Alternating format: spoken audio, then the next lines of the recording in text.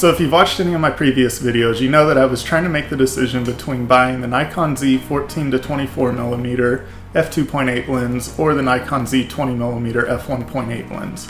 At the end of 2020, I made the leap and finally decided to purchase the Nikon Z 14 to 24mm lens.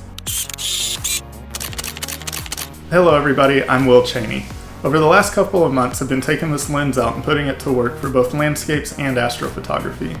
In this video, I'm going to talk to you about why I decided to go ahead and purchase this lens, how I got a great deal on it, answer a few of the questions that I've been asked over the last couple of months, and then finally walk through just a couple of my favorite photos that I've taken with it. So first off, why did I decide to buy this lens? So the biggest thing for me, as I've talked about in my other videos, was the compromise.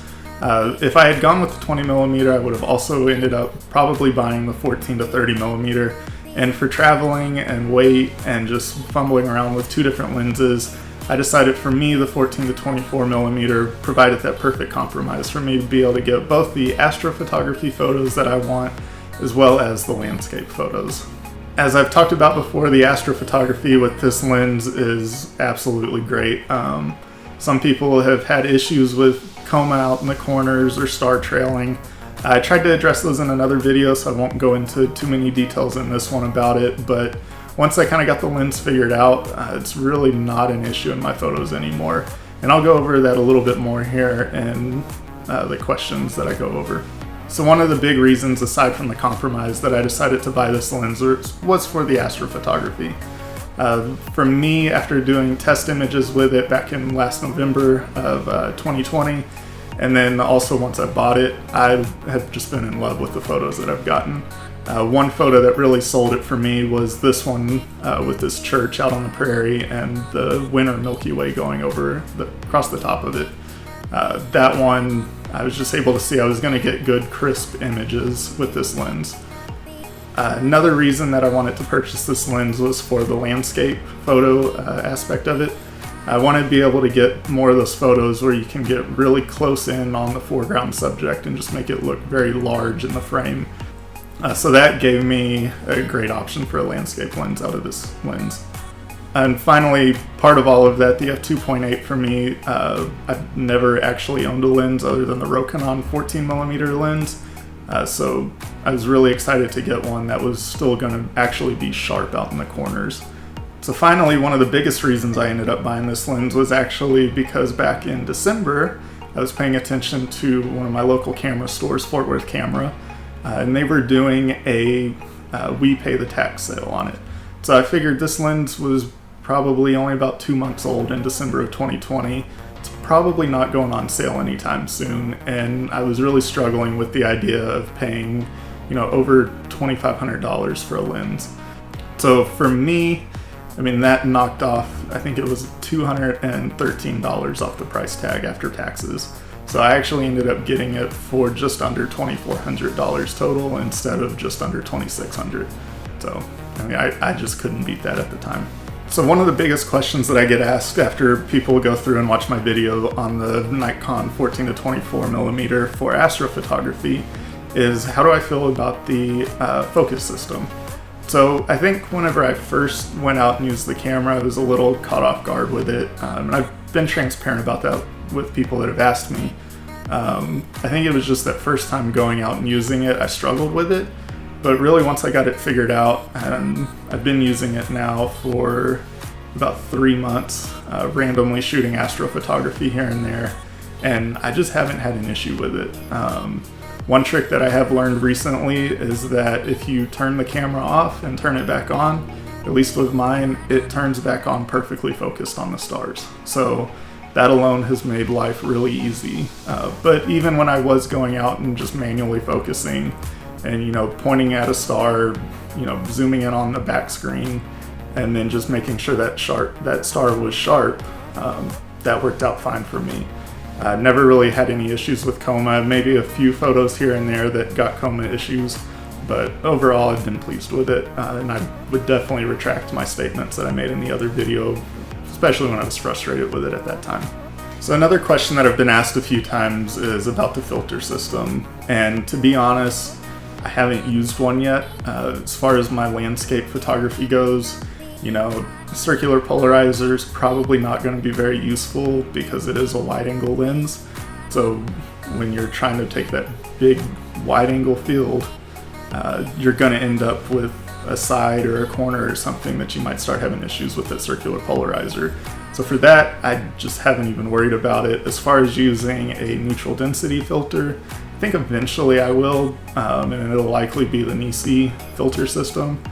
Just at this point haven't gotten there and haven't really had any place that I've gone and shot where I need that real long exposure capability that the neutral density would give me to, streak the clouds or a waterfall or something like that in a highlight situation. Another question that I get asked a lot about is star trailing, and that actually prompted me a couple of months ago to actually just make a dedicated video on this. Again, just the short synopsis on that is I don't have an issue with the star trailing once you get your exposure times figured out, and if you haven't gone and watched that video and you're having issues with star trailing, please go and check it out because you'll maybe learn something out of that. So the last question that I normally get about this lens has to do with the coma. So what I actually did here was I took 2 shots.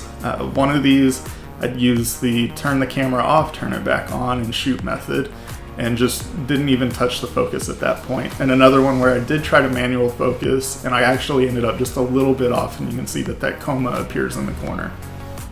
So if you're having a coma issue with your stars in the sky, go ahead and give this a try just using the turn it off, turn it back on and shoot method.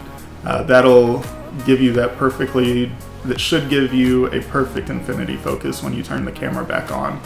And if it doesn't, just work on how you adjust that dial. It might take you a little bit of finessing, but I promise you, even when I went out to Big Bend back in March, just take that 5-10 seconds and you'll get it in there, and you won't have that coma in your photos. So the next thing, I just want to run through a couple of photos that I've taken with this lens and things that I've been really happy with it for, ranging from focus stacking to the astrophotography to even just the sunburst that this lens can produce. So let's jump in.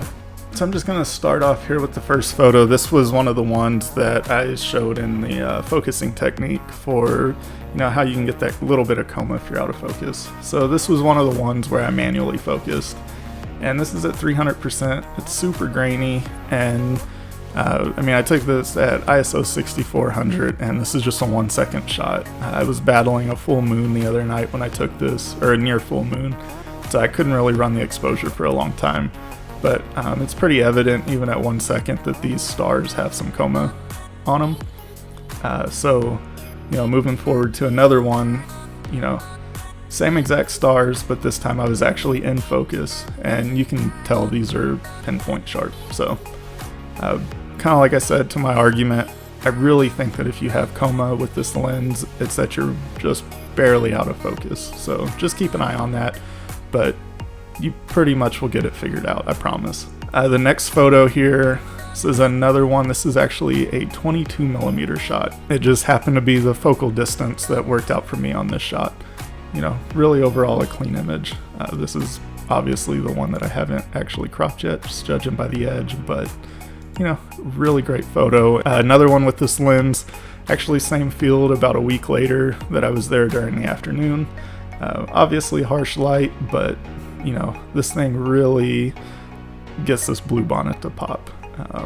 Shooting this at f8. Moving on to another, this is a nightscape astrophotography shot from out in the Big Bend region in Texas. Overall, taking this, I probably should have taken the foreground exposure a little bit longer. It would have come out cleaner. Put a little light in there to light up this hole in the grave, and the stars look great. You can see in general there is no coma, so proof that if you are in focus and truly in focus on the stars, you're not going to have coma. Another one that I took with this lens, this is 14mm f2.8, 15-second exposure. Absolutely no coma once again. Pretty sharp stars, very minimal trailing out at the corners. So being out here where it was super dark, the way that I went about focusing the foreground was I actually turned on my super bright headlamp, and this little clump of grass right here was what I used. So I would go into manual focus and just wait till this got all the little red like marching ants or pixels on it, and that way I knew that I at least had this rock in focus. This one just shows the ability to do a panorama with this lens. I think this was 6 or 7 shots, just spread out across the Milky Way, all shot at 20 millimeters f2.8, and each one of them being a 15-second shot. And then a final shot here. This is just one of those where you get the foreground real blown out against your background. So this one, I saw this cool rock and thought it would look really cool at sunrise with a little sunburst coming out of it. So my final thoughts on the lens, to be honest, I absolutely love it. I came from a Rokinon 14mm. You can't really get much cheaper than that for a lens, and just because of some of the issues with sticking that older lens on the newer Nikon system, it was just a huge game changer for me to step up to a actual professional piece of glass. So overall, I'm still really glad that I made the purchase.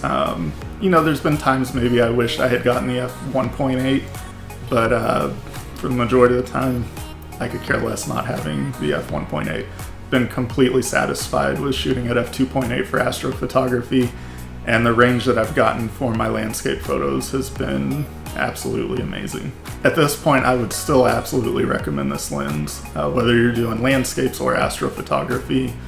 I really think it's a good single lens solution for somebody that is trying to travel and minimize what they're taking in their backpack, whether they're hiking, traveling on a plane, you know, anything like that where you're trying to watch the space that you've got. So if you like this video, don't forget to subscribe to my channel and hit the thumbs up button to like it. And then also, you know, if you are going out and wanting to buy this lens, I would really appreciate it if you use the Amazon affiliate link down below. That'll help me and continue to produce these videos, and also just help me in my photography in general. So with that, as always, you know, if you have any questions, be sure to leave them down in the comments. Don't be afraid to shoot me a DM over on Instagram, and I'll always be happy to help you with it if you have any questions. So thanks everybody for watching this, and I'll see you guys next time.